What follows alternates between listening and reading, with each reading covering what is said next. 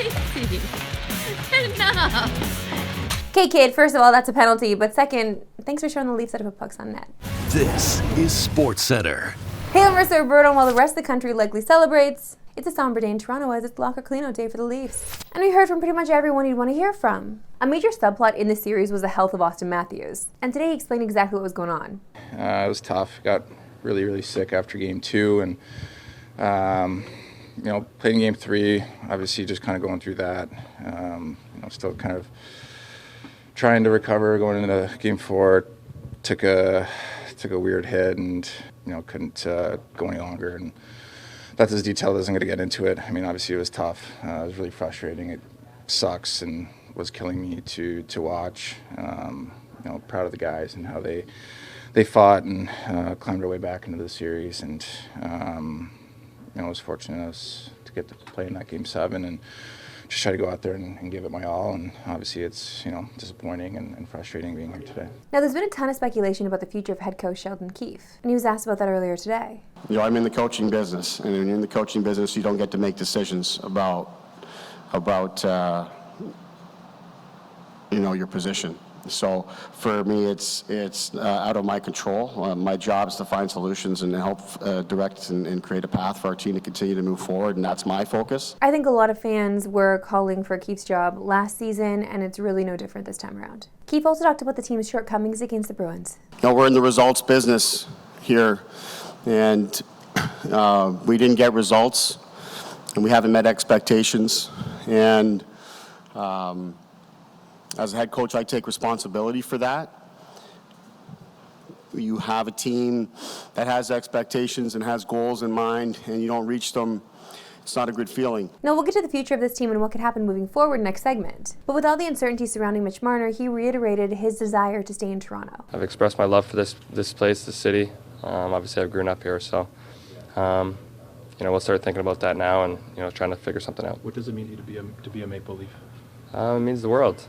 Obviously, we're looked upon as, kind of gods here, to be honest, and something that you really appreciate, and the love that you get here from this fan base and this attention is, kind of none like any other. Listen, I don't know about you, but I love Mitch Marner and would be so devastated if he were not a Leaf. And for some players, specifically Morgan Riley, you could really hear that he is still stinging from the loss. It's always difficult.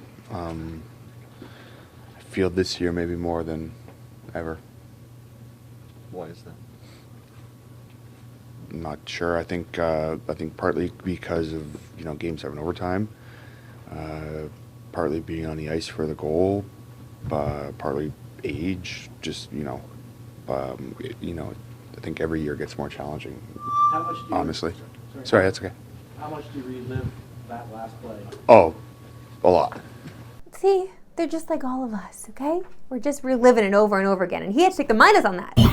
Sticking with the Leafs, and we now had a couple days to marinate on the loss. And the players have had a Sunday to hit the golf course, which leads to the important questions of what's next for the Leafs, their core, and their staff. Let's start with their unrestricted free agents. While it might have looked dicey at the beginning of the season, it's safe to say most of Leafs Nation probably wants Tyler Bertuzzi back. And it's got to be a pretty much unanimous decision to get Max Domi signed. On the blue line, it looks like Brody and Giordano, who were both staples last year, have most likely reached the twilights of their careers. While we could see Brad Treliving make a push to sign Lyubushkin and Edmondson. Specifically Edmondson, who was really an anchor for them in their push against Boston.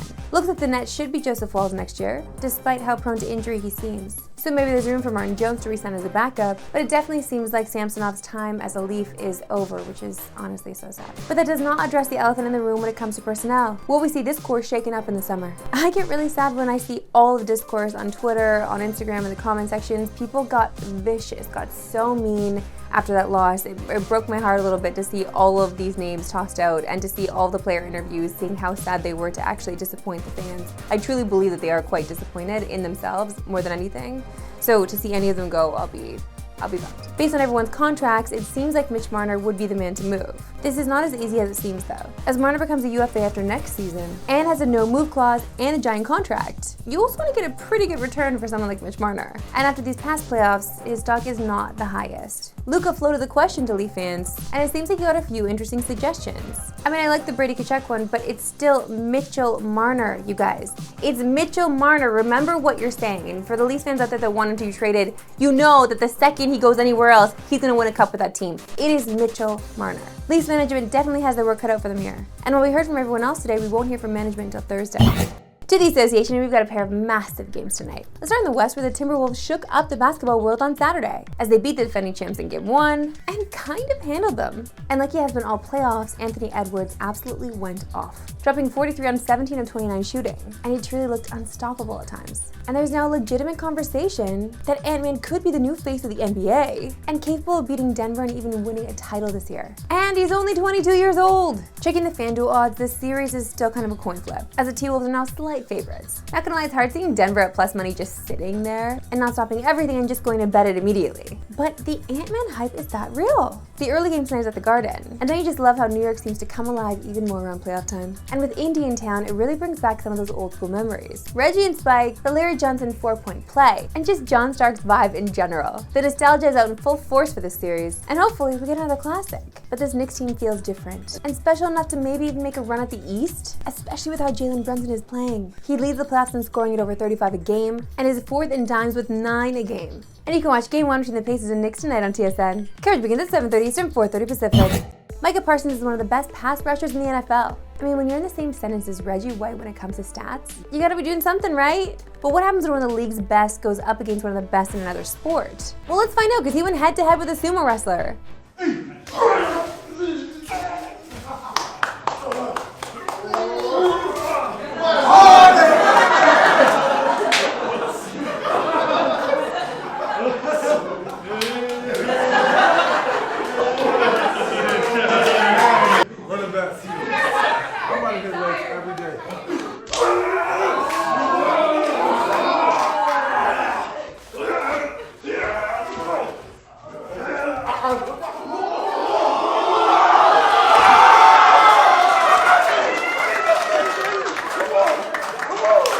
See, all it takes is a little chirping. Just toss a little baby chirp in there, fire him up. Now we know the key. Time now for my favorite segment on yours, that we love sports today. Why we love sports today. And the text on the screen here says the best tennis shot of all time, and we'll be the judge of that.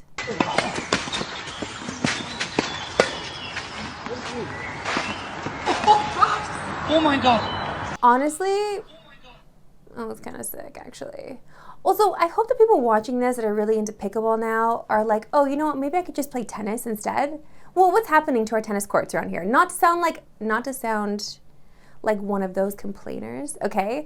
But riding through the neighborhood, seeing all these pickleballers on the tennis court is actually starting to piss me off a little bit. What's wrong with tennis? Why can't you just play tennis? Okay, next up we have one of the most creative games of rock, paper, scissors you will ever see.